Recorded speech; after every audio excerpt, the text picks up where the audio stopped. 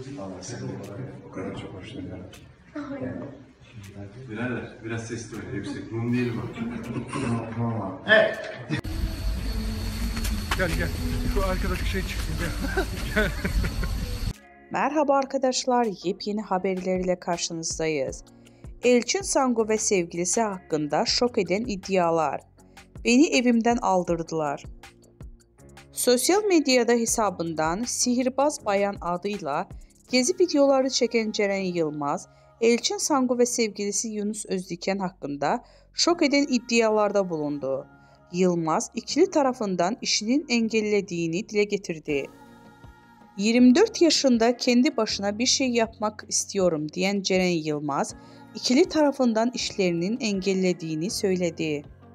Elçin Sango ve sevgilisi Yunus Özdiken'in kendisine dava açtığını söyleyen Yılmaz, şu ifadeleri kullandı. Görüntü davasıyla ilgili bana bir kağıt geldi. Türkiye'ye çağrılıyorum ifade verebilmem için. Benim bu insanların isimlerini vermemeyim için tehdit ediyorlar. İşlerime taş koyuyorlar.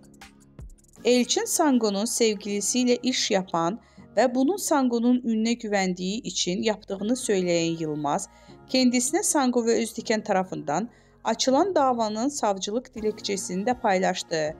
Yılmaz ayrıca Elçin Sango'nun Instagram üzerinde yolladığı mesajları da paylaştı.